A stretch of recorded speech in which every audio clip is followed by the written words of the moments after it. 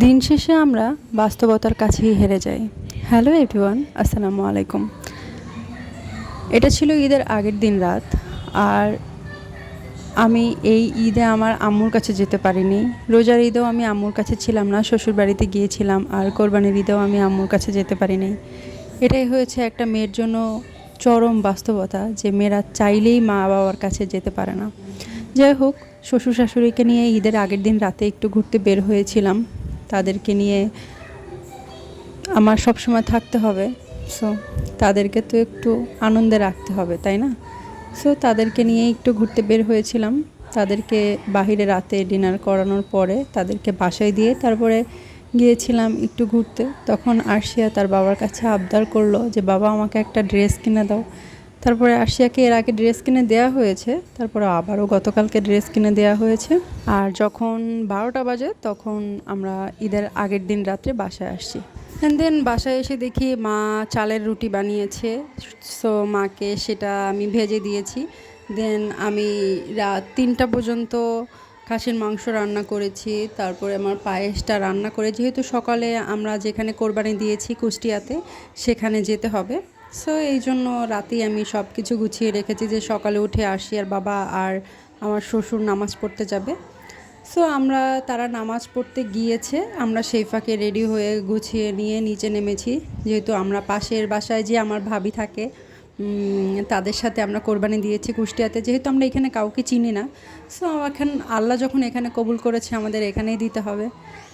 দেন আমরা সেই ভাবিদের বাড়িতে রওনা দিয়ে দিয়েছি। আমরা যেখানে থাকি সেখান থেকে ভাবিদের বাড়ি ছিল 10-15 মিনিট টাইম লাগে যেতে। ঈদ মোবারক বলো, তুমি বলো। মাকে চুমো দিয়ে দাও। আর এই ঈদের দিন সকালবেলা আম্মুকে আর বোন তিনটাকে যে আর আমার মেয়েটাকে যে কি পরিমাণে মিস করেছি, এই মিস করা আমি কাউকে বলে বোঝাতে পারবো না। অ্যান্ড আলহামদুলিল্লাহ আমরা সেই বাড়িতে চলে এসেছি। আর এটা ছিল আমাদের কোরবানির গরু। আরশিয়ার বাবা ঘুরে ঘুরে দেখাচ্ছে যে এটা তোমার গরু। আর এটা হচ্ছে আরশিয়ার ফ্রেন্ড, মানে আমার পাশে যে ভাবি থাকে সেই ভাবির মেয়ে, ওর নাম হচ্ছে জায়রা। আরশিয়া আর জায়রা ওরা দুজন খুব ক্লোজ ফ্রেন্ড, সারাদিন দুজনে একসাথেই খেলাধুলা করে। দেন ভাবির সাথে ভাবির গ্রামের বাড়ি একটু ঘুরতে বের হয়েছিলাম। তাদের বাড়িতে যে পরিমাণে আম আম আম, মানে ধারণার বাহিরে এত পরিমাণে আম। ইভেন তারা আম খেতে ইচ্ছে করলে গাছ থেকে পাকা আম পেড়ে তারপরে খায়। আর এটা তাদের গাছের পাকা আম, এত মিষ্টি, এত মজা ছিল।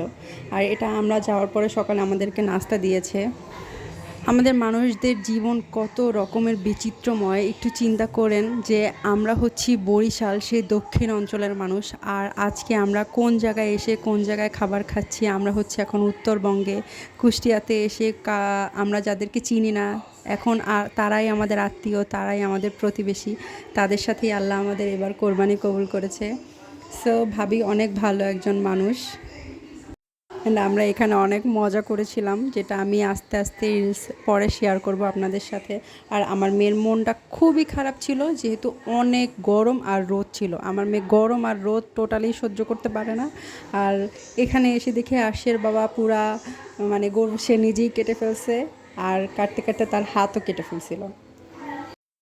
দেন বাসায় এসে সব মাংস গুছিয়ে ভাগ করে তারপরে মাংস রান্না করতে চড়িয়ে দিয়েছি। আর আমার মেয়ে জীবনে প্রথম আমার কাছে গরুর মাংস দেখে আবদার করেছে যে মা, এই গরুর মাংস থেকে আমাকে একটু বিরিয়ানি রান্না করে দিবা।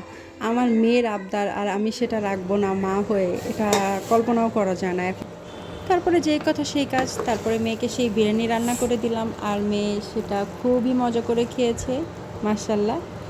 অল্প খেয়েছে, খেয়েছে। আর আমি রান্না করে দিতে পেরেছি, এটাই আমার জন্য অনেক শান্তি। বিরিয়ানি কেমন হয়েছে? তুমি হ্যাপি?